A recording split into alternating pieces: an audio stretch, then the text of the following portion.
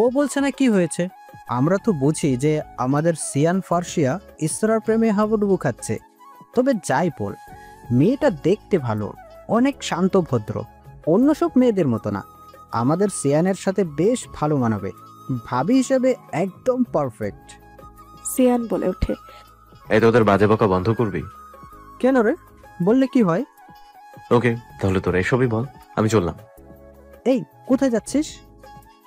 ভার্সিটিতেই যাচ্ছি। সাজিদ বলে। এই না বললি আজকে ক্লাস করবি না? জিহাদ সাজিদকে বলে, আরে বুঝতে পারছিস না, আমাদের ভাবিকে দেখতে যাচ্ছে। সিয়ান এসব কথায় কান্না দিয়ে বেরিয়ে পড়ল। গাড়িতে উঠে গাড়ি স্টার্ট দেবে এমন সময় জিহাদ আর সাজিদ রেস্টুরেন্টের বিল মিটিয়ে দিয়ে দৌড়ে এলো। হাঁপাতে হাঁপাতে বলল, এই, আমাদের ফেলে কোথায় যাচ্ছিস? সিয়ান গাড়ি চালিয়ে চলে যেতে যেতে বলল, হেঁটে হেঁটে আয়, এটাই তোদের শাস্তি এসব উল্টাপাল্টা কথা বলার। জিহাদ চেঁচিয়ে বলল। হ্যাঁ, সত্যি কথা তো উল্টোপাল্টাই লাগবে তোমার কাছে। জিহাদ আর সাজিদ উপায় না পেয়ে একটা রিক্সা ডেকে উঠে পড়ল। ভার্সিটির ক্যাম্পাসে এসে গাড়ি থেকে নামতেই কয়েকটা মেয়ে এসে ঘিরে ধরল সিয়ানকে। একজন তো জড়িয়ে ধরেই বলল, hi Siyan baby, what happened? অনেকদিন ধরেই তো তুমি পার্টিতে যাচ্ছ না। I miss you a lot. সব মেয়েরাই এ ধরনের নানান কথা বলতে লাগলো সিয়ানকে। আর তখনই গেটের সামনে দিয়ে ইশরা আর ওর দুই বান্ধবী মিলে ক্লাস শেষ করে বেরিয়ে যাচ্ছিল। ওদের উদ্দেশ্য এখন বাড়ি গিয়ে ইশরার বাবাকে রাজি করানো। সিয়ানকে এভাবে এত মেয়ের মাঝে দেখে ইশরা মনে মনে ভাবতে লাগলো, কি ঢং! তখন এত ন্যাকা সেজেছিল, যেন মেয়েদের ব্যাপারে উনি খুব সেন্সিটিভ। ওই সময় ওই ছেলেটাকে কিভাবে মেরেছিল, আর এখন নিজেই মেয়েদের নিয়ে মজে আছে। এসব ভাবতে ভাবতে ইশরা আর ওর বান্ধবীরা চলে গেল। ইশরাকে ভাবতে দেখে জেরিন জিজ্ঞেস করলো, কিরে, কি ভাবছিস? বলে খেয়াল করলো ইশরা এখনো সিয়ানের দিকে তাকিয়ে আছে, তাই আবার বলল, সিয়ান ভাইকে দেখছিস? কে সিয়ান? এই যে দাঁড়িয়ে আছে মেয়েদের নিয়ে, আর তোকে যে সকালে ওই শাওন নামের ছেলেটার থেকে বাঁচালো। ওনার নাম সিয়ান? হ্যাঁ, তুই জানিস না? আমি কি করে জানবো বল? ওনার নাম শিয়ান ইবরার। ওনাকে ভার্সিটির কে না চেনে। অনার্স থার্ড ইয়ারে পড়ে, কেমিস্ট্রি ডিপার্টমেন্টে। হ্যান্ডসাম, গুড লুকিং একটা ছেলে। এক কথায় ভার্সিটির সব মেয়েরা ওনার জন্য পাগল। সকালে আমার সাথে এমন বিহেভ করছিল যেন উনি ভাজা মাছটা উল্টে খেতে জানে না, আর এখন দেখ মেয়েদের নিয়ে পড়ে আছে। হ্যাঁ, উনি এমনই বড় লোকের ছেলে, বুঝতে পারছিস না? মেয়েদের নিয়ে পার্টি করা, ঘুরে বেড়ানো, টাইম পাস করা, এটাই ওনার কাজ। ইশরার কিছু বলল না। একটা রিক্সা ডেকে ওদের নিয়ে উঠে পড়ল। সিয়ানের ব্যাপারে ওর একটা বাজে ধারণা তৈরি হয়ে গেছে। এদিকে সিয়ানের এখন রীতিমতো এসব প্রচন্ড বিরক্ত লাগছে। সে মেয়েটাকে ছাড়িয়ে নিয়ে ওর গালে সজোরে একটা চড় মেরে বলল, আমার থেকে এখন দূরে থাকবে, আমি এসবের মধ্যে আর নাই। মেয়েটা গালে হাত দিয়ে ন্যাকামি করে কাঁদতে কাঁদতে বলল, তুমি আমায় মানলে সিয়ান? জাস্ট শাট আপ, আর একবারও ন্যাকামি করবা না। চলে যাও সবাই আমার সামনে থেকে, গেট লস্ট। বাকি মেয়েগুলো ভয়ে ভয়ে সিয়ানা থেকে দূরে চলে গেল। সিয়ান দাঁতে দাঁত চেপে রাগ কন্ট্রোল করছে। ওই মেয়েগুলো যখন ওকে ঘিরে ধরেছিল তখন ইশরা আর ওর বান্ধবীরা যে ওইটা দেখেছে সেটা সিয়ানের চোখে পড়েছে। ইশরার তাকানো দেখে সিয়ান বুঝে গেছে যে ইশরা এখন ওর সম্পর্কে কি ভাবছে। এসব ভাবতে ভাবতে সিয়ানের মাথাটা আরো বিগড়ে গেল। সব হয়েছে ওই মেয়েগুলোর জন্য। জিহাদ এসে বলল, কুল সিয়ান, এত হাইপার হচ্ছিস কেন? মেয়েগুলো জাস্ট মাথাটা গরম করে দিয়েছে, চল এখান থেকে। বলেই জিহাদ আর সাজিদকে নিয়ে বাড়ির উদ্দেশ্যে রওনা দিল। বাড়ির ড্রয়িং রুমের সোফায় বসে আছে ইমানুর রহমান। তার সামনে সোফায় বসে আছে শান্তি, জেরিন আর ইশরা। বলছিলাম কি আঙ্কেল, ইশরার ট্যুরের টাকাটা না কেউ একজন দিয়ে দিয়েছে। ওর ট্যুরটা কনফার্ম হয়ে গেছে। ইমানুর রহমান গম্ভীর কণ্ঠে বললেন, ওকে আমরা বাইরে যেতে দিব না একা একা। কিন্তু আঙ্কেল, স্যাররা তো কিছুতেই মানছে না। বলেছে যেভাবেই হোক বাড়িতে ম্যানেজ করতে। তোমাদের স্যারদেরকে বলো যে টাকাটা দিয়েছে তাকে ফিরিয়ে দিতে। স্যাররা বলেছে ট্যুর কনফার্ম হয়ে গেলে টাকা আর ফিরিয়ে দিবে না। সঙ্গীতা বেগম ওদের সবার জন্য টি টেবিলে নাস্তা রাখতে রাখতে বললেন, আমি বলি কি, ঈশ্বর ট্যুরে যেতে কনফার্ম হয়ে গেছে, তাহলে ওকে আটকে রেখে কি লাভ? যেতে দেওয়াটাই তো ভালো। ওর মনটাও ভালো হবে কোথাও থেকে ঘুরে আসলে। আর তাছাড়া শান্তি, জেরিন ওরা তো যাচ্ছেই। ইমানুর রহমান বললেন, আমি আর তুমি কি যাচ্ছি? আমরা না গেলেই কি হবে? ফারাজ তো যাচ্ছে, ওর বোনকে ও দেখে রাখবে। শান্তি বলল, আঙ্কেল প্লিজ রাজি হয়ে যান না, আমরা ওকে দেখে দেখে রাখবো। জেরিনও বলল, আঙ্কেল প্লিজ প্লিজ প্লিজ। অনেকক্ষণ ভাবনা চিন্তার পর ইমানুর রহমান সম্মতি দেয়। ফারাজ তখনই বাড়ি ফিরে। বাবা, তুমি ওকে পারমিশন দিয়ে দিলে? হ্যাঁ, এমনি তো কোথাও কোনোদিন যায়নি। আর তাছাড়া তুমিও যাচ্ছ, ওর বান্ধবীরাও যাচ্ছে, তাই আমি ওকে যাওয়ার পারমিশন দিয়েছি। তাই বলে? ওর ট্যুরটা কনফার্ম হয়ে গেছে। কনফার্ম হয়ে গেছে মানে? সঙ্গীতা বেগম বলে, সেটা তোকে বুঝতে হবে না, ফ্রেশ হয়ে খেতে আয়। ফারাজ এ নিয়ে আর ঘাটে না বেশি, রুমে চলে যায় ফ্রেশ হতে। জেরিন আর শান্তিকেও সঙ্গীতা বেগম বসিয়ে রেখেছে, বলেছে একবার খেয়ে তারপর বিকালে যেতে। তাই ওরাও হাত মুখ ধুয়ে ডাইনিং টেবিলে এসে বসেছে।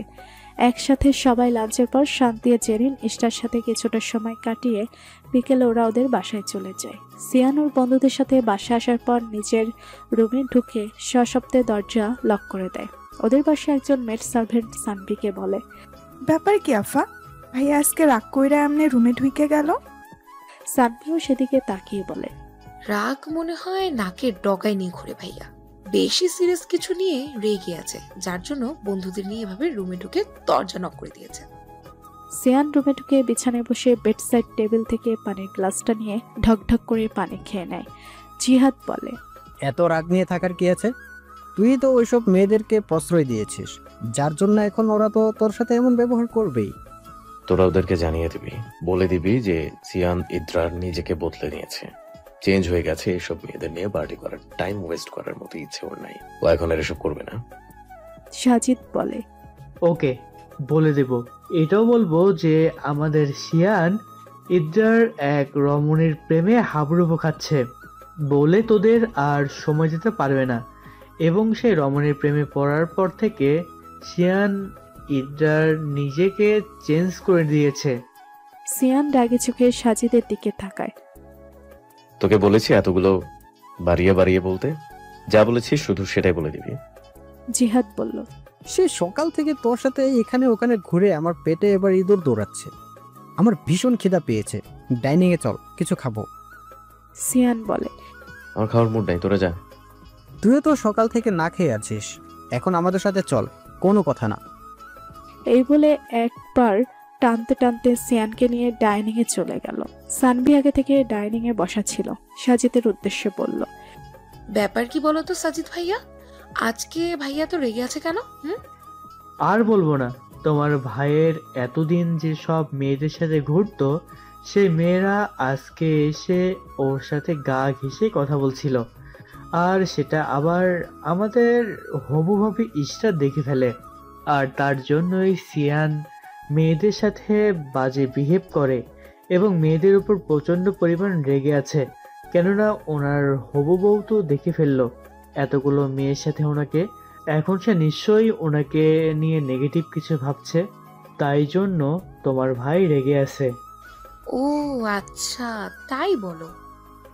সিয়ান রেগে গিয়ে বলল, এতটা থামবি? খাবার খেতে এসেছিস, খেয়ে নে, একটা কথাও না। সাজিদ আর জিহাদ একসাথে মুখে আঙ্গুল দিয়ে চুপ হয়ে গেল। এর মাঝে আরো 3 দিন কেটে গেছে। এর মধ্যে ভার্সিটিতে সিয়ান আর ইশরার দেখা হয়নি। আজ রাতে ওদের ভার্সিটি থেকে ট্যুরে যাওয়ার জন্য রওনা হবে, তাই ইশরা নিজের জামা কাপড় প্যাকিং করে নিচ্ছে। রাত 10:30টায় বাস ছাড়বে। ও আর ফারাজ একসাথে ভার্সিটি গেটের সামনে গিয়ে তারপর সবার সাথে বাসে উঠবে। এখন রাত 8:30 বাজে। ফারাজ এসে ইশরার সামনে বসে বলে, প্যাকিং করছিস? ভালোই তো, বাবা মাকে মানিয়ে নিয়েছিস। কি করব, সবসময় তো তুমিই যাও, আমাকে তো তোমরা কোথাও যেতেই দাও না কেউ। আর তুমি তো যাচ্ছ, তোমার সাথে সাথেই আমি থাকবো। তুই খুশি তো? ভীষণ খুশি। ফারাজ মুস্কি হেসে ইশরার মাথায় হাত বুলিয়ে বলে, ওকে তাড়াতাড়ি কর, তারপর আবার রেডি হয়ে যেতে হবে। ওকে ভাইয়া। আসলে ফারাজ শাসন করলেও ইশরাকে ভীষণ ভালোবাসে। নিজের ছোট বোন তো, শাসন করলেও ভালোবাসার কোনো কমতি নেই।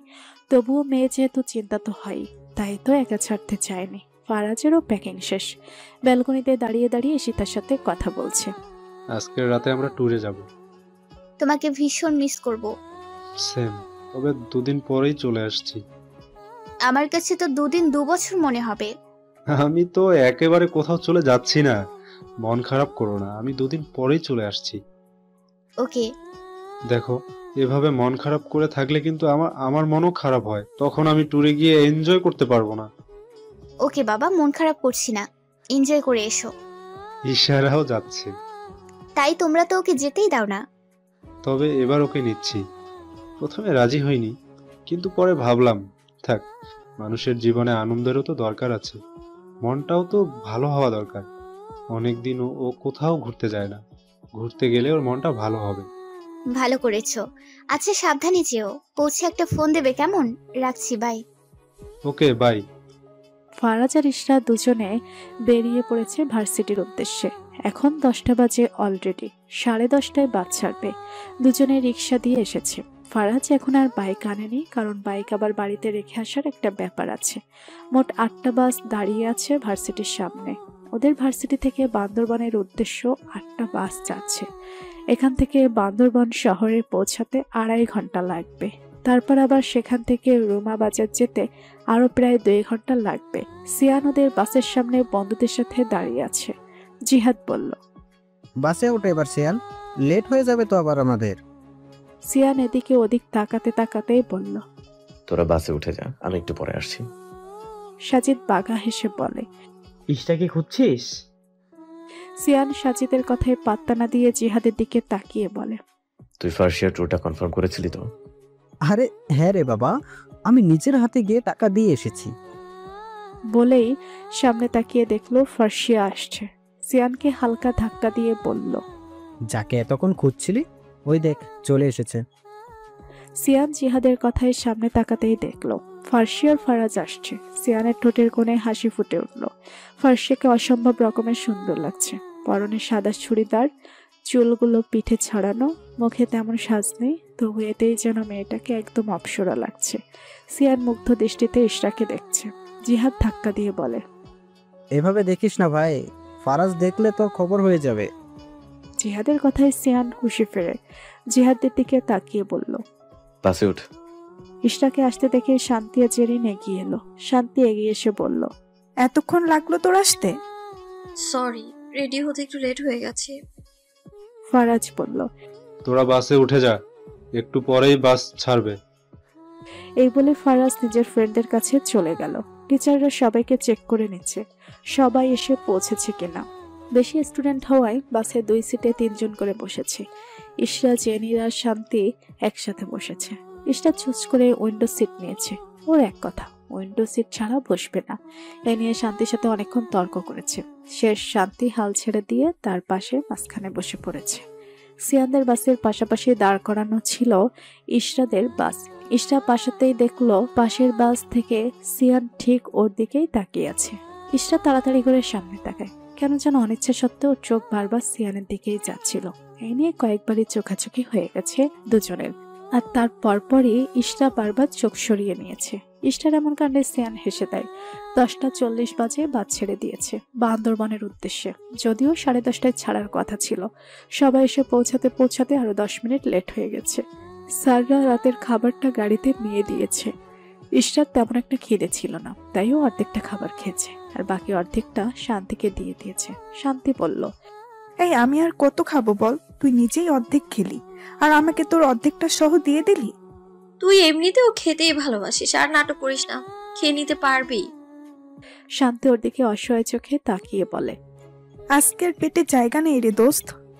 খেয়ে নে, পারবি, ঠিক খেয়ে নিতে পারবি।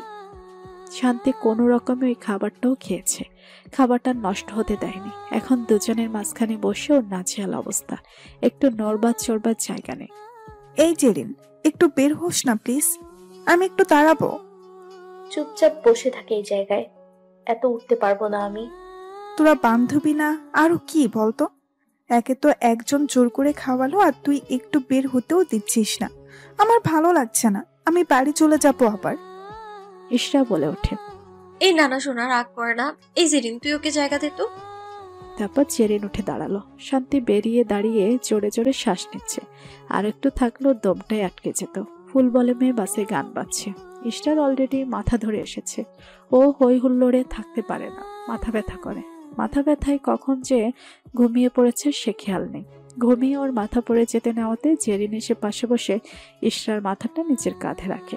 খানিক বাদে শান্তি এসে ঘুমিয়ে পড়ে। জেরিনের এবার রীতিমতো বিরক্ত লাগছে। ওরা দুজনই ঘুমিয়ে পড়েছে, কিন্তু ওর চোখে ঘুম নেই। তাই ফোন হাতে নিয়ে ফোন চালানো শুরু করে। সিয়ানদের বাসের সবাই হল হুল্লোড় করছে, নাচছে, কিন্তু সিয়ান এক মনে বসে বসে ফোন স্কল করছে। জিহাদ এসে বলল, কিরে সিয়ান, সবাই এনজয় করছে আর তুই এখানে একা একা বসে কি করছিস? চল আমাদের সাথে। না রে, তোরা যা, এনজয় কর, আমাকে একটু একা থাকতে দে। সাজিদ এসে বলে, তোমার কথা শুনছি না, চলো আমাদের সাথে, এনজয় করবে, চলো। বলে টানতে টানতে সিয়ানকে সবার মাঝে নিয়ে যায়। মধ্যরাতে ঘুম ভেঙে যায় ইশরার। তাকিয়ে দেখে জেরিনও ঘুমিয়ে পড়েছে। ওর হাতে ফোন। ইশরা জেরিনের ফোনটা ওর ব্যাগে ঢুকিয়ে রেখে দেয়। নিজের ফোন অন করে টাইম দেখে নেয়। রাত প্রায় 12:30 বাজে। গাড়ি চলছে তার আপন গতিতে। ইশরা বাইরে তাকিয়ে হাইওয়ের দোকানগুলোর দিকে তাকিয়ে জায়গার নাম বোঝার চেষ্টা করে। বান্দরবান এরিয়ায় এখন ওরা। ইশরা বাইরে তাকিয়ে প্রকৃতির হাওয়া নিচ্ছে। আকাশও কালো করে আছে। বর্ষাকাল, যে কোনো সময় বৃষ্টি নামতে পারে। আর এই বর্ষায় বান্দরবানের পাহাড়ের সৌন্দর্য অপরূপ লাগে। রুমায় পৌঁছানোর অপেক্ষা আছে ইশরা। এই প্রথম সে বান্দরবান এসেছে। প্রথম কাছ থেকে পাহাড়া দেখছেও। শুনেছি এই বর্ষায় পাহাড়ের সৌন্দর্য আরো দ্বিগুণ হয়ে ওঠে। সাথে ঝর্ণা, মেঘ সবকিছু মিলিয়ে আলাদা সবুজ সমারোহের রূপ নেয় বান্দরবান। এভাবেই কেটে যায় আরো 2 ঘন্টা। রুমা উপজেলায় ঢুকে পড়েছে ওরা। বেশ কিছুক্ষণ আগে শান্তির ঘুম ভেঙেছে। দুজনে মিলে গল্প করছে আর পাহাড়ের সৌন্দর্য উপভোগ করছে। যদিও রাতের বেলা, তবুও পাহাড় দেখা যায়। রাত 3টা বাজে। গাড়ি থেমেছে বেশ কিছুক্ষণ আগে। ওরা এখন রুমা বাজারের রিসোর্টে হিলটনে উঠেছে। পুরো রিসোর্টটাই ওদের ভার্সিটির জন্য বুক করা হয়েছে। সবাই এখন এখানে রেস্ট নেবে। তারপর ভোরবেলা ওরা সকালে নাস্তা করে রওনা দেবে রিজুক ঝর্ণার উদ্দেশ্যে। রুমে ঢুকেই বিছানায় গা এলিয়ে দেয় ইশরা। শান্তি ছেড়ে 3জনেরই কোমর ব্যথা করছে। খানিক বাদে ভোরের আলো ফুটতে শুরু করে। ইশরা রুমের ব্যালকনিতে গিয়ে দাঁড়ালো। ব্যালকনির একপাশে দোলনা আছে। ইশরা সেখানে গিয়ে বসে পড়ে। সামনের দিকটা মেঘে ঢেকে আছে। ধীরে ধীরে আলো বাড়তে শুরু করে। শান্তি আর জেরিনও খানিক বাদে এসে বসে। ওরা 3জনে একসাথে এই মেঘ পাহাড়ের ভিউ উপভোগ করছে। সকাল 6টা। তার কিছুক্ষণ পরে টিচাররা ডাকতে শুরু করে সকালের নাস্তার জন্য। 3 বান্ধবী মিলে বেরিয়ে রিসোর্টের আশপাশটা ভালো করে ঘুরে ঘুরে দেখছে আর বিভিন্ন ফটো তুলছে। খানিকটা দূর থেকে সিয়ান ইশরার আনন্দ দেখছে। মুস্কি হেসে নিজের ক্যামেরা দিয়ে কিছু ফটো তুলে নিল সিয়ান। খানিক বাদে ফারাজ ইশরাদের কাছে এসে বলে, অনেকক্ষণ তো হলো ইশরা, চলো নাস্তা করে নিবি, তারপর তো আবার আমাদের বেরোতে হবে। হ্যাঁ চলো। ওদের নাস্তা করা শেষে ওরা সাঙ্গু নদীর পাড়ে গিয়ে পৌঁছালো। এখান থেকেই ওরা বোটে করে যাবে। ইশরা আর ওর বান্ধবীরা ভীষণ এক্সাইটেড, কারণ প্রথম ওরা এভাবে পাহাড়ি নদীতে নৌকা দিয়ে ঘুরবে। ওরা সবাই একে একে নৌকায় উঠে পড়লো। বেশ অনেকগুলো নৌকা একসাথে রওনা দিল। নৌকাগুলো ওদের জন্য আগে থেকে ভাড়া করে রেখে দিল। নৌকায় উঠে ওরা বেশ অনেকগুলো পিক তুলে নিল। বর্ষায় সাঙ্গু নদীর পানি সারা বছরের তুলনায় বেশি থাকে। সাথে অনেক বেশি স্রোত, যার জন্য নৌকা অনেক বেশি করে তুলছে। প্রায় ঘন্টা দেড়েকের নৌকা জার্নি শেষ করে ওরা এসে সাঙ্গুর এক পাড়ে নামলো। এখান থেকে ট্রেকিং করে রিজুক ঝর্ণায় যেতে হবে ওদের। পাহাড়ি রাস্তার ট্রেকিং এর জন্য খুবই এক্সাইটেড ওরা সবাই মিলে রিজুক ঝর্ণায় যাওয়ার জন্য পা বাড়ালো পাহাড়ের উঁচু নিচু রাস্তায়। পাহাড়ি এই ট্রেকিং এর পথটা বেশ চিকন এবং বৃষ্টি হওয়ার কারণে অনেক পিচ্ছিল হয়ে আছে। চারপাশে অনেক ঝোপঝাড়। তাছাড়া এই পাহাড়ের রাস্তাটা অনেকটা রিস্কের, কারণ পা একবার এদিক ওদিক হয়ে গেলে একদম পাহাড়ের নিচে চলে যাবে। জেরিন আর শান্তির হাত ধরে খুব সাবধানে ভয়ে ভয়ে পা বাড়াচ্ছে ইশরা। টিচাররা সবাইকে বলে দিয়েছে সাবধানে যেতে। আবার এটাও বলে দিয়েছে কারো যদি ট্রেকিং এর সমস্যা হয় তাহলে সে নৌকায় থাকতে পারে। কিন্তু সবাই খুব এক্সাইটেড ট্রেকিং এর জন্য, তাই সবাই পা বাড়ালো পাহাড়ে। সবার থেকে বেশ খানিকটা পেছনে পড়ে আছে শান্তি, জেরিন আর ইশরা। তাদের থেকে আরো অনেকটা সামনে সিয়ান আর ওর বন্ধুরা। জেরিন বলছে, আমার ভয় করছে রে শান্তি, আমি আর যাব না। আরে এতটা পথ এলি, এখন চলে যাবে বললেই তো হবে না। ইশরারও ভীষণ ভয় লাগছে। ভয়ে ভয়ে পা বাড়াতেই হঠাৎ করে পা স্লিপ করে ইশরা পড়ে যেতে নেয়। সাথে সাথে জেরিন ওকে টেনে তোলার চেষ্টা করে। ইশরা কোনো রকমে ঝোপঝাড়ের পাতালতা শিকড় আঁকড়ে ধরে ঝুলে আছে। এখান থেকে পড়ে গেলে একদম নিচে চলে যাবে। ইশরা ভীষণ জোরে চিৎকার করছে। শান্তি কোনো উপায় না পেয়ে জোরে জোরে চিৎকার করতে থাকে, হেল্প, হেল্প। ততক্ষণে সিয়ান জিহাদটা অনেকটা চলে গেছে, কিন্তু সিয়ানের মনে হচ্ছে কোথাও থেকে কেউ বাঁচানোর জন্য বলছে। সিয়ানের পা থেমে যায়। জিহাদ বলে, কিরে দাঁড়িয়ে পড়লি কেন? আরে এখানে কে চেঁচাবে? ভুল শুনেছিস তুই, চল। সিয়ান জিহাদের কোনো কথায় পাত্তা না দিয়ে উল্টো দিকে ঘুরে দৌড় দিল। অনেকটা পথ আসতেই দেখলো শান্তি আর জেরিনকে। কাছাকাছি আসতে ইশরার গলার আওয়াজটা ওর ভালোভাবে কানে গেল। নিচে তাকাতেই দেখলো ইশরাকে। তাড়াতাড়ি এসে জেরিনকে বলল, দেখি সরো। ইশরার সামনে সামনে বসে ওকে হাত ধরে টেনে তুলল। এতটা সময় ঝুলে থাকায় ওর সারা শরীর ব্যথা করছে, ঠিক মতো দাঁড়াতে পারছে না ও। সিয়ান ওকে ধরে আছে। সিয়ানের চোখ রাগে অসম্ভব লাল হয়েছে। রাগে ওর সারা শরীর কাঁপছে। ইশরা বুঝতে পারছে সিয়ান অনেক রেগে আছে। সিয়ানের চোখের দিকে তাকাতে ভয় পাচ্ছে ও। সিয়ান চেঁচিয়ে বলে উঠল, কেয়ারফুলি চলতে পারো না? আর একটু এদিক ওদিক হলে কি হতো ভাবতে পারছো? বুঝতে পারছো কিছু তুমি? সিয়ানের ধমকে ইশরা এবার কেঁদেই দিল। জেরিনা শান্তি চুপচাপ পাশে দাঁড়িয়ে আছে। জিহাদ আর সাজিদ দৌড়ে এতক্ষণ এখানে চলে এসেছে। ইশরার হাত পেয়ে কয়েকটা জায়গায় কেটে গেছে। সিয়ান পকেট থেকে কয়েকটা ওয়ান টাইম ব্যান্ডেজ বের করলো। সাজিদের হাতে পানির বোতল ছিল। সিয়ান বোতলটা দিতে বলতেই বোতলটা এগিয়ে দেয়। সিয়ান ইশরার ক্ষত জায়গায় লেগে থাকা ময়লাগুলো পানি দিয়ে ধুয়ে দেয়। তারপর পাশে ঝোপঝাড় থেকে কয়েকটা পাতা ছেড়ে ক্ষত স্থানে লাগাতেই কিছুক্ষণের মধ্যে রক্ত বের হওয়া বন্ধ হয়ে যায়। সিয়ান ব্যান্ডেজ লাগাতে নিতে ইশরা ধীর স্বরে বলে, আমাকে দিন, আমি পারবো। কতটা নিজের প্রতি খেয়াল রাখতে পারো সেটা দেখতেই পাচ্ছি। এত বড় মেয়ে হয়েছে অথচ এখনো কেয়ারফুলি চলতে পারে না। ইশরার কিছু বলে না। ব্যান্ডেজ লাগানো শেষে ইশরার হাত ধরে সিয়ান নিজের সাথে ওকে নিয়ে গেল। ইশরা এখনে অবাক হয়ে সিয়ানের দিকে তাকিয়ে আছে। সিয়ান এর কাণ্ডে জিহাদ আর সাজিদ হাসতে হাসতে ওদের পেছন পেছন গেল। শান্তি আর জেরিন খুব ভয় পেয়ে গেছে। ফারাজ যদি একবার এসব জানতে পারে, ওদের আর রক্ষা নেই। এসব ভাবতে ভাবতে ওরাও আবার হাঁটা শুরু করলো। প্রায় 1 ঘন্টার ট্রেকিং শেষ করে ওরা এসে পৌঁছালো রিজুক ঝর্ণার সামনে। 300 ফুট উচ্চতা থেকে পাথুরে পাহাড়ের গা বেয়ে প্রবাহিত হচ্ছে। ভার্সিটির ছেলেরা ছেলেমেয়েরা কম বেশি সবাই ঝর্ণার স্বচ্ছ পানিতে এনজয় করছে। তবে এসব থেকে বেশ কিছুটা দূরেই পাহাড়ের ওপর বসে আছে জেরিন, শান্তি আর ইশরা। একটু আগের হাত পায়ের ব্যথা, যার কারণে তেমন একটা এনার্জি ওর নেই। তার উপর আবার এতটা পথ ট্রেকিং করে এসেছে। কিছুক্ষণ পর জেরিন আর শান্তিও চলে যায় ঝর্ণার কাছে। ইশরাকেও বলেছিল যেতে, কিন্তু ইশরা যায়নি। একপাশে বসে বসে ঝর্ণার সৌন্দর্য উপভোগ করছে। হঠাৎই ওর পানির পিপাসা পায়, কিন্তু ও তো পানি আনতে ভুলে গেছে। অনেকক্ষণ ধরে ভাবছে কিভাবে কি করবে। সিয়ানের হঠাৎ চোখ যায় ইশরার উপর। মেয়েটাকে কেমন যেন অস্থির অস্থির লাগছে, হয়তোবা কিছু প্রয়োজন। তা ভেবে ইশরার কাছে যায় সিয়ান। সিয়ানের কথায় ওর দিকে তাকালো ইশরা। প্রত্যুত্তরে ইশরা কিছু বলল না। কিছু লাগবে তোমার? আমাকে বলো। আরো বেশ খানিকক্ষণ চুপ থাকার পর ইশরা সিয়ানকে বলে, আসলে খুব পানি পিপাসা ছিল, আমি পানি আনতে ভুলে গিয়েছি। ওয়েট আ মিনিট, তুমি বসো, আমি এক্ষুনি আসছি।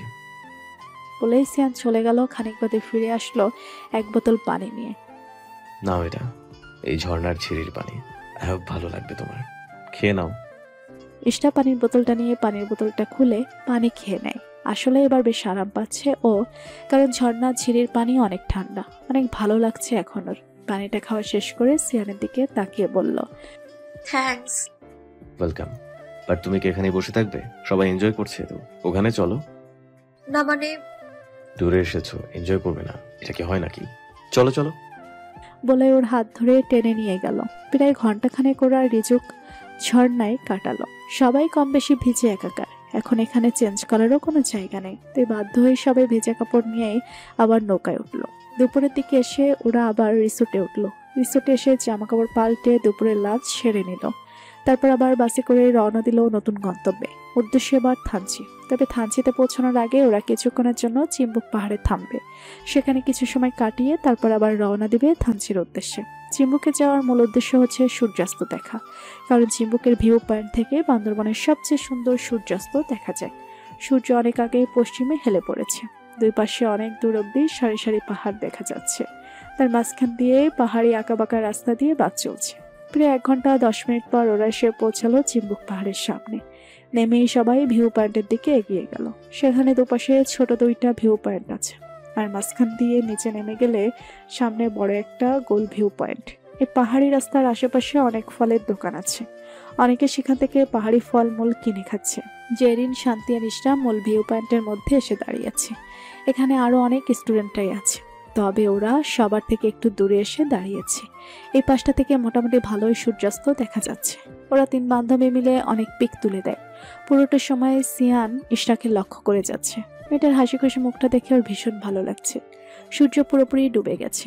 এখন ওদের আবার বাসে করে রওনা দেওয়ার পালা। ফারাজ এসে ইশরাকে বলল, চল, বাসে উঠতে হবে তো আবার। হ্যাঁ চলো। আবার 1.5 ঘন্টা জার্নি শেষে ওরা এসে পৌঁছালো থানচির বনবিলাস হিল রিসোর্টে। মোটামুটি বেস্ট একটা রিসোর্ট। রিসোর্টের প্রতিটা কটেজ পাহাড়ের গায়ে গায়ে বসানো, পুরোটা একটা প্রাকৃতিক পরিবেশের মধ্যে। রিসোর্টটা ওদের সবারই খুব ভালো লেগেছে। এটাতে একটা পাহাড় আর মেঘের ন্যাচারাল ফিল পাওয়া যায়, সাথে গাছপালা, ফুলের বাগান তো আছে। রাত 9টা বাজে।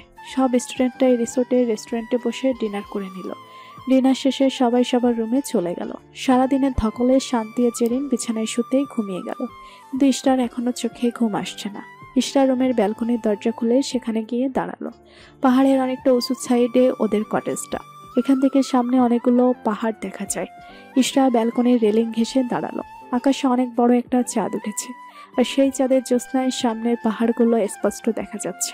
চাঁদের আলোতে পাহাড়ি এলাকার সৌন্দর্য আরো বেশি অমায়িক লাগছে। হালকা বাতাসে ইশরার লম্বা চুলগুলো উঠছে। ইশরার বেশ লাগছে এখানে থাকতে। মনে হচ্ছে এখানেই যদি সারাটা জীবন কাটানো যেত। ওর ব্যালকনি থেকে সামান্য কিছুটা দূরে সিয়ানের কটেজ। সিয়ান বেডে শুয়েছিল। বাতাস আসার জন্য বেডসাইড জানালাটা খুলে দিতে ওর চোখ পড়লো ইশরার দিকে। মেয়েটাকে চাঁদের আলোয় আরো বেশি মায়াবী লাগছে, সাথে ওর লম্বা চুলগুলো উঠছে। ইশরা প্রকৃতি দেখতে দেখতে মুচকি হাসলো। সেদিকে তাকিয়ে আনমনে হেসে উঠল সিয়ান। মেয়েটার এই হাসি ওর সারা হৃদয় তোলপাড় করে দিচ্ছে। মেয়েটা যে ওর জীবনটাই পুরো বদলে দিল। যে সিয়ান কখনো কোনো মেয়েকে ভালোবাসার নজরেই দেখেনি, সেই সিয়ান এখন একটা মেয়ের প্রেমে পড়েছে। এই মেয়েটা এখন ওর হৃদয়ের সবটা জুড়ে রয়েছে। পাশ থেকে জিহাদ উঠে বসে দেখে সিয়ান বাইরে তাকিয়ে আছে। সিয়ানের দৃষ্টি অনুসরণ করে তাকাতেই দেখলো ইশরাকে। ব্যাপারটা বুঝতে পেরে সিয়ানের দিকে তাকিয়ে বলল, খুব বেশি ভালোবাসিস না ওকে? সিয়ান বালিশটা বুকে জড়িয়ে ধরে বলল, হ্যাঁ ভীষণ। যাক, অবশেষে তাহলে স্বীকার করলি তুই ভালোবাসিস। সিয়ান কিছু না বলে ইশরার দিকে তাকিয়ে শুধু হাসলো। জিহাদ বলল, ফারাজ জানলে কি হবে বলতো? জানবে না। আচ্ছা, তুই ওকে বলেছিস ওকে যে ভালোবাসিস? সিয়ান মাথা নাড়ালো, যার অর্থ না। যাই হোক, বলে দিস, দেরি করিস না। ওকে, গুড নাইট। ভাবিকে দেখতে থাক, আমি ঘুমালাম। বলে জিহাদ পেছন ফিরে শুয়ে পড়ল। সাজিদ অনেকক্ষণ আগেই ঘুমিয়ে গেছে। ইশরাকে দেখতে দেখতে একসময় সিয়ানও ঘুমিয়ে গেল। ভোরের আলো ফুটছে। ঘুম ভেঙে গেল ইশরার। রাতে ভালো করে ঘুম হয়নি।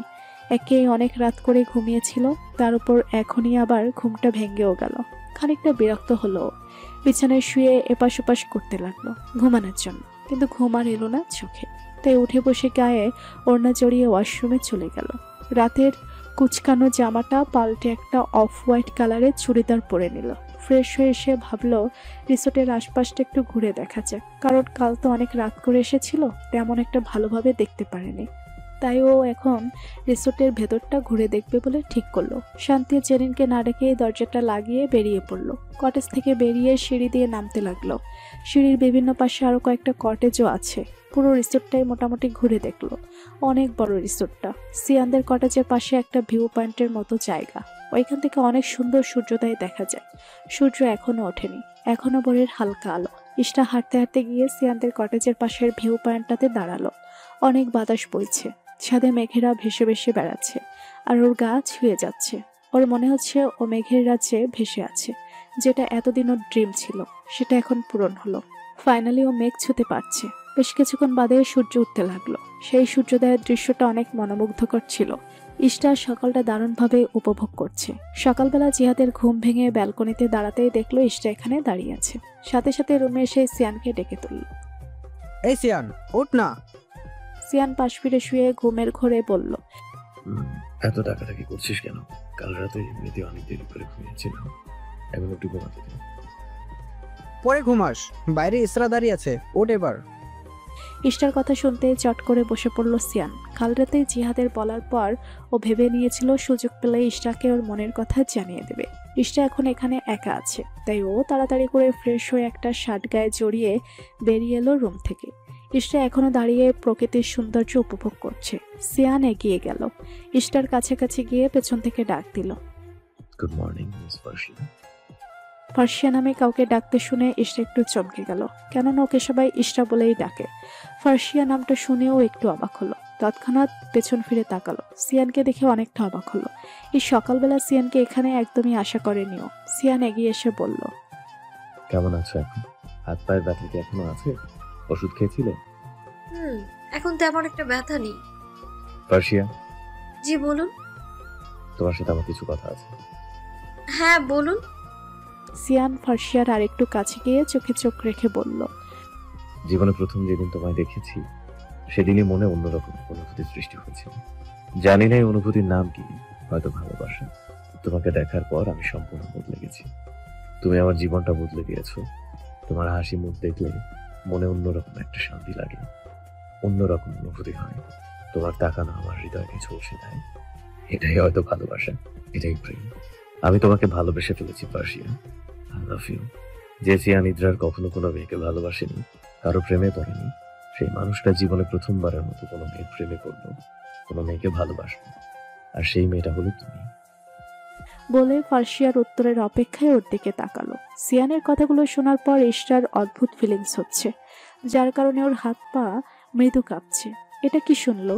সিয়ান ওকে ভালোবাসে? পর মুহূর্তে মনে হলো সেদিনের কথা। ভাবতে আবার মনে হয়ে গেল যে সিয়ান একটা বাজে ছেলে, হাজারো মেয়েদের সাথে ঘুরে বেড়ায়। ইশরা নিজেকে স্বাভাবিক করে শক্ত কণ্ঠে বলল, সরি ভাইয়া, আমি আপনাকে ভালোবাসতে পারবো না। বলে আরেক মুহূর্ত না দাঁড়িয়ে চলে গেল। সিয়ান হতাশ চোখে ফার্সিয়ার যাওয়ার দিকে তাকিয়ে রইল। বেশ কিছুক্ষণ আগে ওরা সবাই রওনা দিয়েছে বাকলাই ক্যাম্পের দিকে। সেখান থেকে পায়ে হেঁটে ট্রেকিং করে ওরা জাদিপাই ঝর্ণায় যাবে। সবাই খুবই এক্সাইটেড, কারণ এই ঝর্ণার ট্রেকিং করতে বাকলাই ক্যাম্প থেকে প্রায় 4 থেকে 5 ঘন্টার সময় লাগবে। ঘন্টা দেড়েকের মাথায় এসে ওরা সবাই পৌঁছালো বাকলাই ক্যাম্পে। সেখানে নাম এন্ট্রি করিয়ে তারপরে ট্রেকিংয়ে যেতে হয়। সবার নাম এন্ট্রি করা হয়ে গেলে সবাই মিলে একসাথে রওনা দেয় ঝর্ণার রানী জাদিপাই ট্রেকিংয়ে। আজকে ইশরা ফারাজের সাথে যাচ্ছে। কালকে বেশিক্ষণ দেরি করে একা একা যাওয়ার কারণে ফারাজ ওকে বকেছিল, তাই আজকে ফারাজ নিজের সাথে করে ওকে নিয়ে যাচ্ছে। সকালের সিয়ানের বলা কথাটাই সেই সময় থেকে এখন অব্দি ইশরার মাথায় ঘুরপাক খাচ্ছে। ছেলেটাকে ভালোবাসতো আর সেটাও বুঝতে পারেনি, ইশরা ভেবে যাচ্ছে। হাজারো মেয়ে নিয়ে ঘুরে অথচ বলে কিনা কখনো কাউকে ভালোবাসেনি। এসব ছেলেদের কাজই এটা, মেয়েদের সামনে গিয়ে কে বলবে তুমি আমার প্রথম ভালোবাসা। যাই হোক, এসবে কখনো নিজে থেকে জড়াস না ইশরা, তোর লাইফটাই বরবাদ হয়ে যাবে। ভাবতে ভাবতে ইশরা পা পিছলে যেতে নাই। সঙ্গে সঙ্গে ফারাজ জোরে হাত ধরে টান দিয়ে ওকে দাঁড় করায়। দেখে হাঁটবি তো, মন কোথায় থাকে তোর? সরি ভাইয়া। এই জন্যই তোকে আনতে চাইনি, তুই নিজের খেয়াল নিজেই রাখতে পারিস না। সরি ভাইয়া, আর হবে না এমনটা। বাকিটা পথ ফারাজ হাত ধরে ওকে নিয়ে যায়। 4-5 ঘন্টা ধরে ট্রেকিং করতে করতে একদম হাঁপিয়ে উঠেছে ইশরা। পা একদম ব্যথা হয়ে গেছে ওর। ঝর্ণা অব্দি আসতে আসতেই একদম ঘেমে নিয়ে ওর অবস্থা একাকার। এখানে এসে ইশরা ওর বান্ধবীদের কাছে চলে যায়। সবাই মিলে একসাথে ঝর্ণার নিচে একটা পাথরের উপর বসে পড়ে। গতকাল ইশরা অতটা না ভিজলেও আজকে ইচ্ছে মতো ভিজেছে, কারণ এতটা পথ আসার পর ওর শরীরটা পুরো ক্লান্ত হয়ে ঘেমে অবস্থা খারাপ হয়ে গেছিল। এখন ঝর্ণার এই ঠান্ডা পানিতে শরীর ভেজাতে পেরেও শান্তি ভাবটা কেটে যাচ্ছে। সবাই অনেকক্ষণ এনজয় করার পর ওরা আবার রিসোর্টের উদ্দেশ্যে রওনা দেয়। আজকে ইশরা অনেকগুলো বোতল নিয়ে এসেছিল। আসার পথে ছিঁড়ি থেকে পানি নিয়ে তারপরে যায়। এই ছিঁড়ির পানিগুলো একদম ফ্রেশ আর অনেক ঠান্ডা। কালকে খাওয়ার পরে ইশরার ভালো লেগেছে। পৌঁছাতে পৌঁছাতে ওদের প্রায় সন্ধ্যা হয়ে যায়। দুপুরের লাঞ্চটা ওরা গাড়িতে সেরে নেয়। তাই সূর্যাস্ত উপভোগের জন্য রিসোর্ট থেকে কিছুটা সামনে হেঁটে গেলে একটা ভিউ পয়েন্ট, সেখান থেকে ওরা সবাই সূর্যাস্ত দেখবে বলে ঠিক করে। সকালের পর সিয়ান আর একবারও ইশরাকে দেখেনি। ইশরাকে না দেখতে পেয়ে সিয়ান অস্থির হয়ে ওঠে। সকালে যাওয়ার পর থেকে ইশরা লুকিয়ে লুকিয়ে চলেছে সিয়ানের থেকে, এমনভাবে চলেছে যেন সিয়ানের সামনে না পড়ে। সিয়ানের সবকিছু বিরক্ত লাগছে। মেয়েটা এভাবে ওকে এড়িয়ে চলছে কেন? মেয়েটা তো জানে ও তাকে ভালোবাসে, তারপরেও কেন এমন করছে? ভিউ পয়েন্টে দাঁড়িয়ে এসব ভাবছে সিয়ান। আজকের পুরো দিনটাই ওর বাজে কেটেছে, একটু এনজয় করতে পারেনি ভালোভাবে। সকাল থেকেই মুডটা অফ হয়ে আছে। জিহাদ ওর মুডটা অনেকবার ঠিক করার চেষ্টা করেছিল, কিন্তু ব্যর্থ হয়ে এখন আর চেষ্টা করছে না। ও আর সাজিদ নিজেদের মতো ঘোরাঘুরি করছে। রাত 8টা নাগাদ বাসে উঠেছে ওরা। এই দুদিনের ট্যুরে ওরা দারুণ এনজয় করেছে। এখান থেকে ওদের বাড়ি পৌঁছাতে প্রায় 4 ঘন্টার মতো লেগে যাবে। রাতের খাবারটা ওদের গাড়িতেই দিয়ে দেবে। গাড়িতে ওঠার পরেও ইশরা সেই সকালের কথাগুলো ভেবে যাচ্ছে, যেগুলো যেন ওর মাথা থেকেই বেরোচ্ছে না। জেরিন বলে ওঠে, কি ব্যাপার বলতো ইশরা? সারাটা দিন দেখছি কিছু একটা নিয়ে ভেবে চলেছিস, ব্যাপারটা কি বলতো? ইশরা প্রথমে বলতে চায় না, এড়িয়ে যেতে চায়, কিন্তু জেরিন আর শান্তির চাপে পরে শেষেও ওদেরকে সবটা বলে। ইশরা যেটা করেছে ওরাও তার পক্ষে, কারণ সেদিন ওরা ইশরার সাথে ছিল, দেখেছিল সিয়ানের সাথে মেয়েগুলোকে। তাছাড়া পুরো ভার্সিটির সবাই মোটামুটি জানে সিয়ান কেমন ছেলে। ও যে মেয়েদের নিয়ে নাইট ক্লাবে যায়, পার্টি করে, একসঙ্গে অনেকগুলো মেয়েকে নিয়ে ঘুরে, এগুলো ভার্সিটির কারোরই অজানা নাই। তাই এমন একটা ছেলে থেকে দূরে থাকতেই বলে ইশরাকে ওরা। ভালোই করেছিস, এক্সপেক্ট করিসনি। যাই হোক, এ নিয়ে আর ভাবিস না, বাদ দে। ইশরা কিছু না বলে বাসের সিটে মাথা এলিয়ে দেয়। ওর ভীষণ ঘুম পাচ্ছে, কারণ সকাল থেকে অনেক ধকল গেছে ওর উপর দিয়ে। আসা যাওয়া মিলিয়ে প্রায় 9-10 ঘন্টা ট্রাকিং প্লাস গাড়িতে আরো 2-3 ঘন্টা জার্নি। ও অনেক টায়ার্ড হয়ে গেছে। রাতের খাবার খাওয়ার পরপরই প্রায় সব স্টুডেন্টটাই কম বেশি ঘুমাচ্ছে বাসে। ইশরা বাসের সিটে মাথা এলিয়ে দিতেই ঘুমিয়ে যায়। বাস চট্টগ্রাম আসার পর ওদের ঘুম ভাঙে। জেরিন উঠে ইশরাকে ডাকতে থাকে, এই ইশরা ওঠ, দেখ আমরা চিটাগাং চলে এসেছি। মাত্রই ঘুম ভাঙে বলে ইশরা জেরিনের কথা আর আগামাথা কিছুই বুঝতে পারছে না। জেরিন ফের বলে, নামতে হবে তো, আমরা ভার্সিটির সামনে চলে এসেছি। কিছু সেকেন্ড যেতে ইশরা হুঁশে ফিরে তাড়াতাড়ি করে বাস থেকে নামে। ফারাজ এসে ইশরার ব্যাগ হাতে নেয়। ইশরার এখনো চোখে ঘুম, ওর হাঁটতে কষ্ট হচ্ছে, তাই ফারাজ ভাবলো একটা গাড়ি নেওয়া গেলে ভালো হতো। রাত প্রায় 1টা বাজে, তাই রাস্তায় তেমন একটা গাড়ি নেই। কম বেশ অনেকেই দাঁড়িয়ে আছে গাড়ির জন্য। ইশরা এদিকে ঘুমে ঢুলছে, ফারাজের কাঁধে মাথা দিয়ে বসে আছে। মিনিট 5 যেতেই ওদের সামনে একটা রিক্সা আসে। তাড়াতাড়ি করে ফারাজ ইশরাকে নিয়ে রিক্সা উঠে বাড়িতে চলে যায়। আরো 2 দিন কেটে গেছে। এই কয়েকদিন ইশরা আসেনি ভার্সিটিতে। সিয়ান এই কয়েকটা দিন ইশরাকে দেখতে না পেরে অস্থির হয়ে উঠেছে। নিজে গিয়ে কাউকে জিজ্ঞেস করতে পারছে না ইশরার কথা, কারণ এই ভার্সিটির সবাই জানে ফারাজের সাথে সিয়ানের শত্রুতার কথা। তাই কাউকে জিজ্ঞেস করলেও সেই কথা আবার ফারাজের কানে চলে যাবে। কি করবে কিচ্ছু ভেবে পাচ্ছে না সিয়ান। বন্ধুদের সাথে বাইকের উপর বসে আছে সিয়ান। আজকে আর গাড়ি নিয়ে আসেনি। গতকালকের মতো আজকেও জেরিন আর শান্তিকেই শুধু দেখতে পাচ্ছে। সিয়ান বাইকের উপর বসা থেকে উঠে জিহাদের দিকে তাকিয়ে বলল, জেরিন আর শান্তি আসছে, ওদের গিয়ে জিজ্ঞেস করতে পারছি কোথায়। জিহাদ গিয়ে জেরিনের সামনে দাঁড়ালো। জেরিন ভুরু কুচকে তাকিয়ে জিজ্ঞেস করলো, কিছু বলবেন? আসলে ইসরার কি হয়েছে বলতো? ওকে আজকে কয়েকদিন দেখা যাচ্ছে না। ইশরা অসুস্থ, কিন্তু কেন বলুন তো? জিহাদ কিছু বলার আগে শান্তি বলে ওঠে, এই ওয়েট, উনি সিয়ান ভাইয়ের ফ্রেন্ড না? উনি জেনে গেলে কি করবে? ইশারার কথা। জিহাদ বলে, না মানে এমনি জিজ্ঞেস করলাম আর কি। এমনি এমনি তো হবে না, সিয়ান ভাইয়া পাঠিয়েছে আপনাকে, তাই তো। না মানে আসলে কিছু বলতে হবে না, আমরা বুঝেছি। শুনুন, ইশরা সেদিন কি বলেছে সেটা সিয়ান ভাইয়া শুনেনি। ইশরা ওনাকে ভালোবাসবে না সেটা তো বলেই দিয়েছে। ভালোবাসবে না বললেই হলো? সিয়ানের কি নেই? যেখানে এই ভার্সিটির সব মেয়েরা পাগল, সেখানে ইসরা ওকে ভালোবাসতে প্রবলেম কি? হ্যাঁ আমি মানছি সিয়ান আগে অনেক মেয়েদের সাথে ঘুরতো ফিরতো, কিন্তু ইসরাকে ভালোবাসার পর সে বদলে গেছে। নিজেকে ও বদলে নিয়েছে, পার্টি করা, ঘুরে বেড়ানো সবকিছুই ছেড়ে দিয়েছে। কতটা বদলেছে সেটা দেখতেই পেয়েছি। গত কয়েকদিন আগেও আপনার বন্ধুর সাথে অনেকগুলো মেয়েকে একসাথে দেখেছিলাম। আরে সেদিন তো ওরা নিজেই এসেছিল। সিয়ান এখন আর ওদের সাথে যায় না কোথাও। আপনার সব ফালতু কথা শেষ হলে আমরা যেতে পারি? আমার কথাটা বোঝার চেষ্টা করো। সিয়ান নিজেকে সম্পূর্ণ পাল্টে ফেলেছে। Just shut up. আপনি বা আপনার কোনো বন্ধুরা ইশরা বা আমাদেরকে বিরক্ত করবেন না। বলে গটগট করে হেঁটে চলে গেল ওরা। জিহাদ মন খারাপ করে এসে সিয়ানের পাশে দাঁড়ালো। তোর ফার্সিয়া অসুস্থ? সিয়ান অস্থির কণ্ঠে বলল, কি হয়েছে? কি হয়েছে তা বলতে পারছি না। তারপর এখন যা যা হয়েছিল ওদের মধ্যে সবকিছু সিয়ানকে বলল। ইশরার অসুস্থতার খবর শুনে সিয়ানের অস্থিরতা আরো বেড়ে গেল। তাড়াতাড়ি বাইক স্টার্ট দিয়ে বাড়ি চলে গেল। বাড়িতে ঢুকে রুমের দরজা লাগিয়ে ওয়াশরুমে ঢুকে যায়। সানভি কলেজ শেষে বাড়িতে এসে সোফায় বসেছে।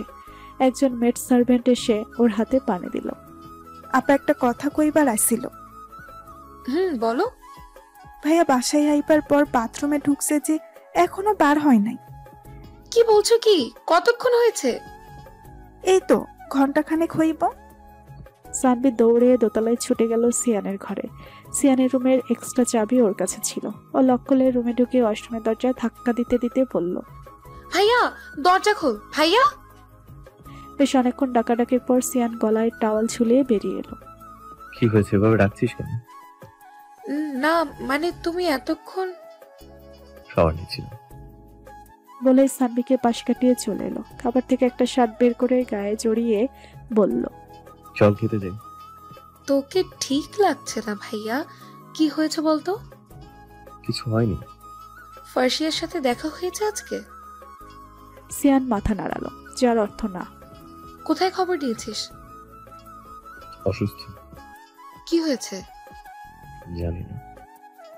বলেই হতাশ শ্বাস ফেলে ডাইনিং এ চলে যায়। সানভি মন খারাপ করে সিয়ানে যাওয়ার পানে তাকিয়ে থাকে।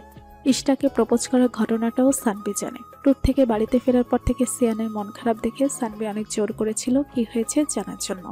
সিয়ান কিছু বলতে চায়নি। পরে জিহাদে থেকে সানভি সবটা শুনে ওর অনেক খারাপ লাগে। দুদিন বাদে ইশরা ভার্সিটিতে আসে। সেদিন ভার্সিটিতে ফারাজ আসেনি। সেটা জানার পরে সিয়ান ইশরার কাছে যায়। সকালবেলা ভার্সিটিতে আসার সময় ইশরার সাথে শান্তি আর জেরিনও ছিল, তাই তখন সিয়ান আর কথা বলেনি। কিন্তু এখন ইশরার সাথে ওরা কেউ নেই, ওরা আগেই চলে গেছে। সিয়ান ওর পিছু পিছু হাঁটতে হাঁটতে ওকে ডাকতে লাগে, ফার্সিয়া দাঁড়াও, ফার্সিয়া প্লিজ দাঁড়াও, আমার কথা শোনো। সিয়ান দৌড়ে ইশরার আরো খানিকটা কাছে গিয়ে হাত চেপে ধরে বলে, ফার্সিয়া তোমাকে দাঁড়াতে বলেছি আমি। Stand here. আমাকে এভাবে এড়িয়ে যাচ্ছ কেন? কেন তুমি আমাকে অ্যাভয়েড করছো বলো? ইশরা কিছু বলে না, চুপ করে দাঁড়িয়ে থাকে। Answer me Farsia, answer me Farsia. আমি তোমাকে কিছু জিজ্ঞেস করেছি, এভাবে এড়িয়ে কেন যাচ্ছ আমায়? আমি যে তোমাকে ভালোবাসি সেটা বুঝতে পারছো না? হাত ছাড়ুন আমার। আগে আমার প্রশ্নের উত্তর দাও। হাতটা ছাড়ুন আমার। ছাড়বো না। কি করবে? আমার হাত ধরার অধিকার আপনার নেই। আমি ভালোবাসি না আপনাকে। বলে এক ঝটকায় সিয়ানা থেকে নিজের হাত ছাড়িয়ে নিয়ে গটগট করে হেঁটে চলে যায় ইশরা। গতকাল থেকেও জানতে পেরেছে যে ওর ভাইয়ের সাথে সিয়ানের শত্রুতার সম্পর্ক। কেউ কাউকে দু চোখে দেখতে পারে না। সিয়ানের বাজে কাজ করার জন্য ফারাজের সাথে ওর সম্পর্ক এখন শত্রুতায় পরিণত হয়েছে। আর এসব জানার পরে এখন সিয়ানকে একটু দেখতে পারে না ইশরা। সিয়ানের এখন বেশ রাগ লাগছে। ইশরার পেছন পেছন যায়, কিন্তু ততক্ষণে ইশরা রিক্সায় উঠে পড়েছে। সিয়ান দৌড়ে গিয়ে রিক্সায় উঠে পড়ে।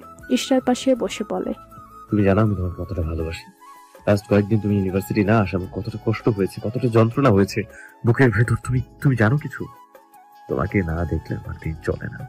আমি খুব বাজে ভাবে তোমাকে আসক্ত হয়ে গেছি ফার্সিয়া। প্লিজ আমাকে বোঝার চেষ্টা করো। ইশরা খানিকটা চেঁচিয়ে বলল, আপনাকে কতবার বলতে হবে এক কথা? আমি আপনাকে ভালোবাসি না আর বাসতে পারবো না। আপনিও কেন আমার কথা বুঝতে পারছেন না? সিয়ান এবার ইশরার হাত নিজের হাতের মধ্যে নিয়ে বলে, আমাকে ভালোবাসতে তোমার কি সমস্যা বলো? আমি তোমাকে যতটা ভালোবাসি ততটা পৃথিবীতে কেউ তোমাকে ভালোবাসতে পারবে না। আমাকে প্লিজ বিশ্বাস করো। আমি তোমাকে ভীষণ ভালোবাসি। তোমাকে ছাড়া বাঁচতে পারবো না আমি। হাতটা ছাড়ুন আমার। রিক্সা এভাবে সিন ক্রিয়েট করবেন না, রাস্তায় দেখছে সবাই। দেখুক সবাই। আমি তোমাকে ভালোবাসি আর এই জন্যই তোমার হাত ধরেছি। ইশরা রিক্সা থামিয়ে রিক্সা থেকে নেমে হাঁটতে থাকে। সিয়ানও রিক্সা থেকে নেমে ভাড়া মিটিয়ে ইশরার পিছু পিছু হাঁটতে থাকে। ইশরা বিরক্ত হয়ে ফিরে বলে, একদম আমার পিছু পিছু আসবেন না। আমি আপনাকে ভালোবাসি না আর কখনো বাসবো না, এই কথাটা মাথায় ঢুকিয়ে রাখবেন। বলে ইশরা চলে যায়। সন্ধ্যা 7টা। রুমের মধ্যে দরজা লক করে বসে আছে সিয়ান। সানভি ওর রুমে গান শুনছিল। ওদের বাসায় কলিং বেল বেজে ওঠায় একজন মেড সার্ভেন্ট গিয়ে দরজা খুলে দেয়। ঈশান এসেছে। মেড সার্ভেন্ট মহিলাটি গিয়ে সিয়ানের দরজা অনেকবার নক করে, কিন্তু সিয়ান দরজা খুলে না। তারপর সানভির রুমের সামনে গিয়ে নক করে বলে, ঈশান ভাই আইসা আপা, দরজা খুলেন। দরজায় নকের আওয়াজ শুনে কান থেকে হেডফোনটা খুলে দরজা খুলে সানভি। কি হয়েছে? এভাবে চেঁচাচ্ছ কেন? ঈশান ভাই আইসে। আপনি কথা বলেন। ঈশানের কথা শুনে সানভি ড্রয়িং রুমের দিকে তাকায়। ব্ল্যাক শার্ট, ব্ল্যাক জিন্স পরে ড্রয়িং রুমের সোফায় বসে বসে ফোন ঘাটছে ঈশান। ইস, কিউট লাগছে। এই মানুষটাকে অনেক ভালোবাসে, কিন্তু মানুষটাও ভালোবাসা কবে বুঝবে সেটা ভেবে পায় না সানভি। ভাবতে ভাবতে ড্রয়িং রুমের পর্দার আড়াল থেকে ঈশানকে দেখে যাচ্ছে সানভি। কি হইল আফা, দাঁড়াই আছেন কেন? যান। ওই মহিলার কথায় সানভির ধ্যান ভাঙে। তারপর ড্রয়িং রুমে গিয়ে ঈশানের সামনে সোফায় বসে। হাই জানভি, কেমন আছো? এই তোমার ভাইয়া কোথায়?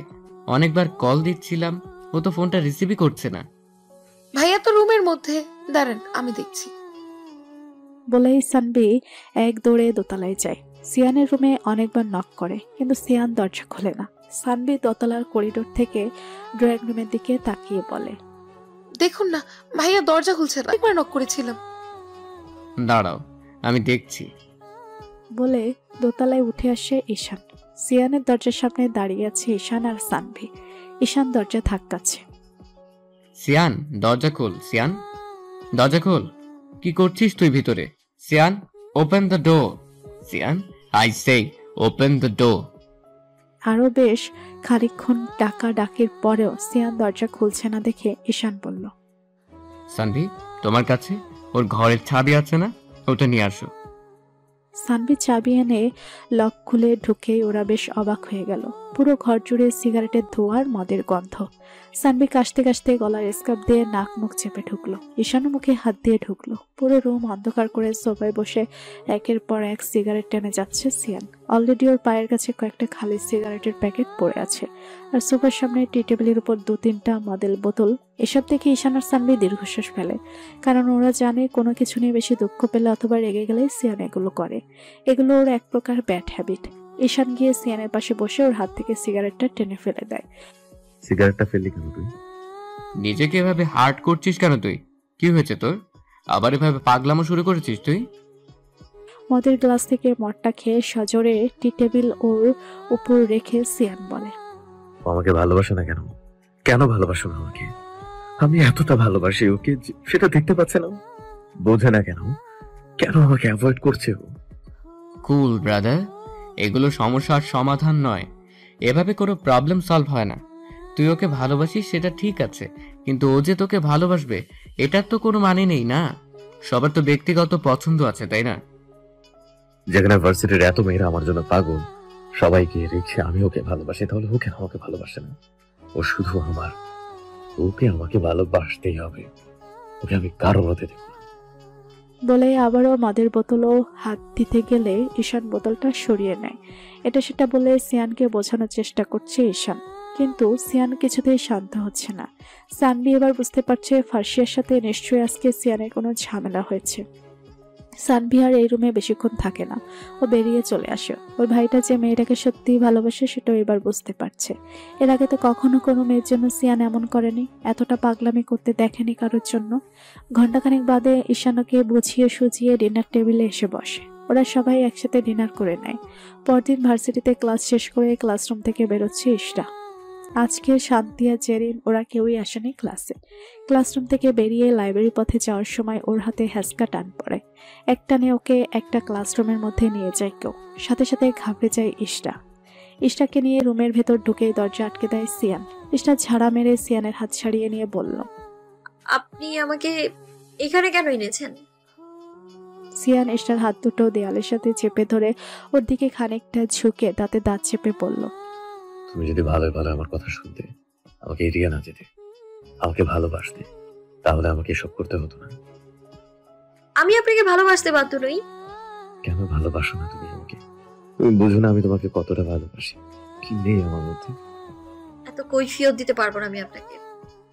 তোমাকে বলতে হবে কেন ভালোবাসতে চাও না তুমি আমাকে। ইশরা চুপ করে থাকে। কেন চুপ করে আছো কেন? Tell me ফার্সিয়া, tell me. ইশরা হাত মসরাতে মসরাতে বলল, ছাড়ুন, যেতে দিন আমায়। সিয়ান এখনো ঠায় দাঁড়িয়ে, রাগ ও তরতর করে বাড়ছে। তবুও রাগটাকে কন্ট্রোল করে বলল, আগে বলো কেন আমাকে ভালোবাসবে না?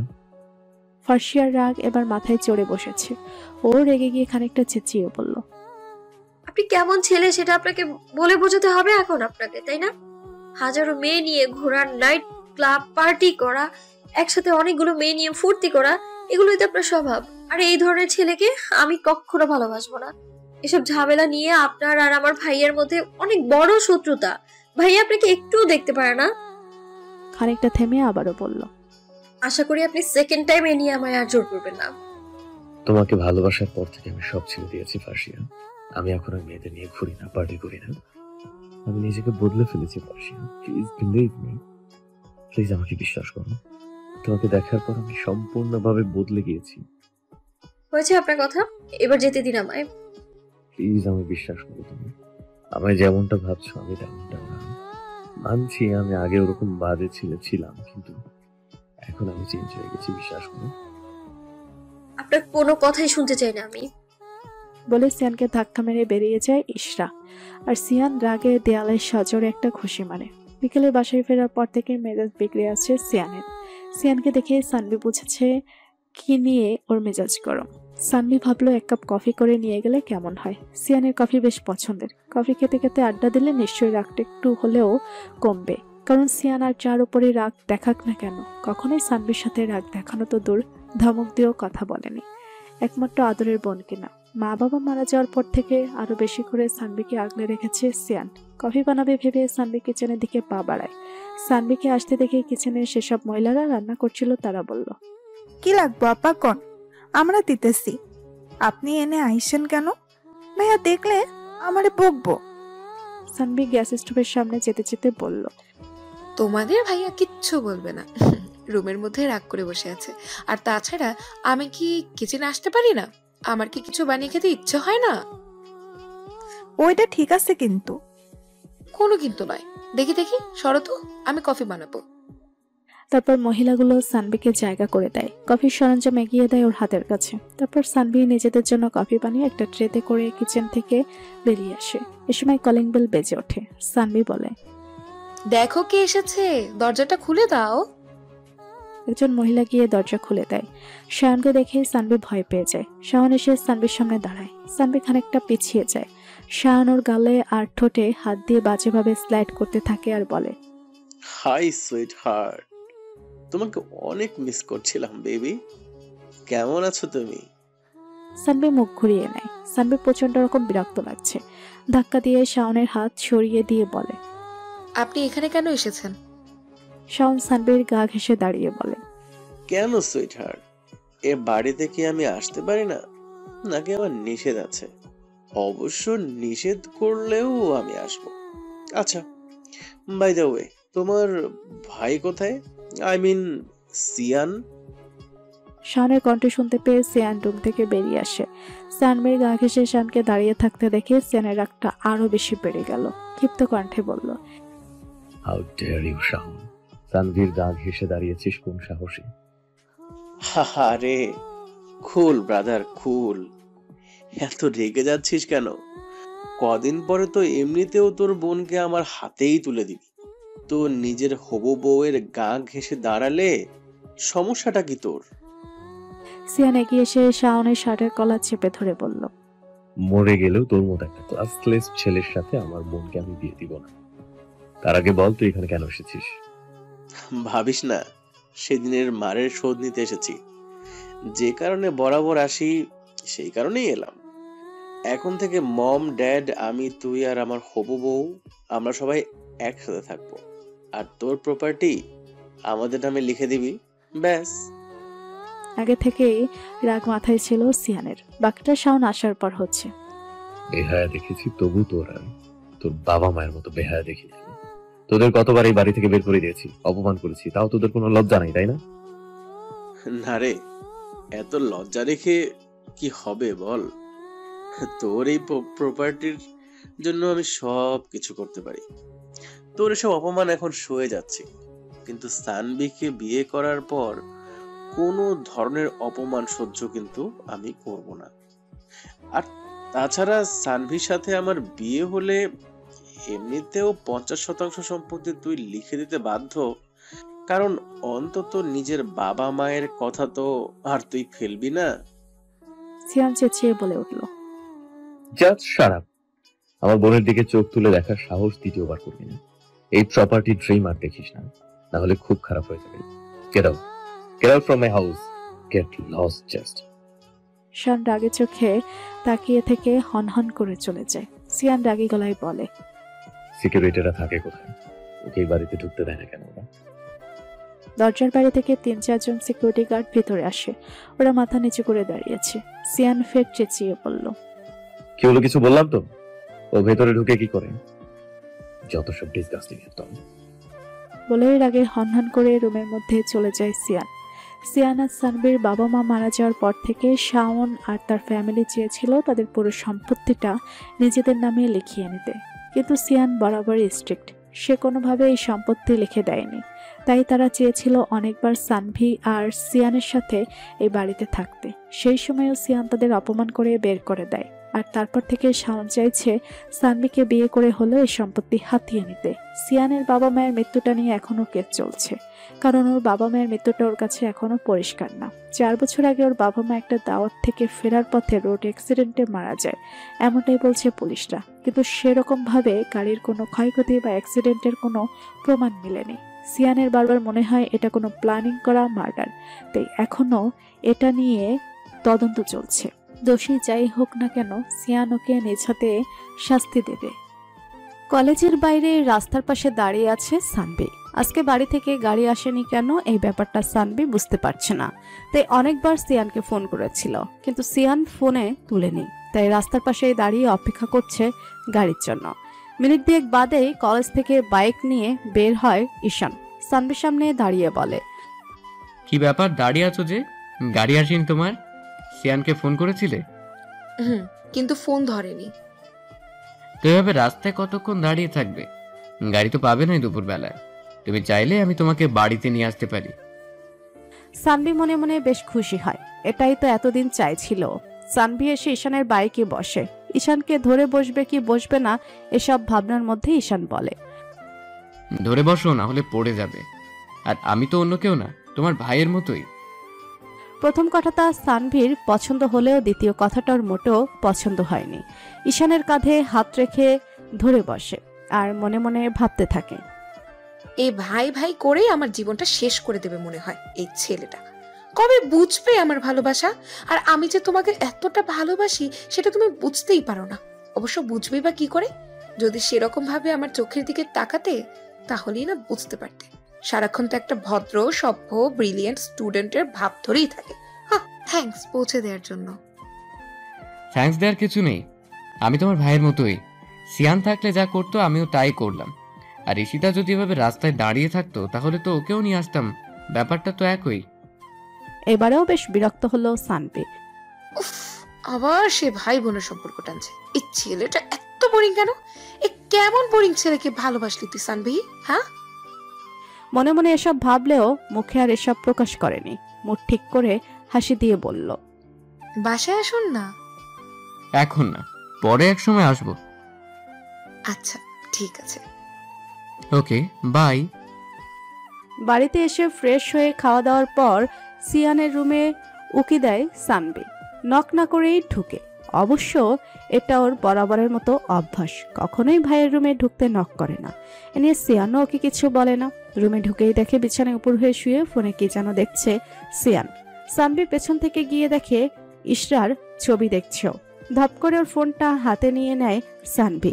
ইশরার ছবির দিকে তাকিয়েই বলে, ও আচ্ছা, তাহলে এই মহৎ কর্ম করছেন আপনি, তাই না? আর আমি যে কতবার ফোন দিলাম তার কোনো খেয়াল নেই আপনার? কখন ফোন করেছিস তুই? কলেজের সামনে দাঁড়িয়ে। আজকে বাড়ি থেকে গাড়ি যায়নি কেন? অনেকক্ষণ রাস্তায় দাঁড়িয়ে থাকতে হয়েছিল আমাকে। সরি রে, খুব বেশি কষ্ট হয়েছে না? এই গরমে দাঁড়িয়ে থাকতে না। আসলে গাড়ি ড্রাইভার ওর বাড়ি গিয়েছিল একটু কাজে, আর আমারও একদমই মনে ছিল না তোকে আনার জন্য। হ্যাঁ, সেটা মনে থাকবে কি করে? সারাদিন শুয়ে শুয়ে বাড়িতে বসে বসে ভাবিকে দেখলে পৃথিবী উল্টে গেলেও তুই টের পাবি না। সরি বলুন তো। দেখ, তুই রাগ করে থাকলে কিন্তু আমার একটু ভালো লাগে না। সানভি সিয়ানের কথা পাত্তা না দিয়ে সোফায় বসে ফোন টিপতে থাকে। সিয়ান গিয়ে ওর পায়ের কাছে বসে পড়ে। রাগ করে থাকিস না বোন, সরি।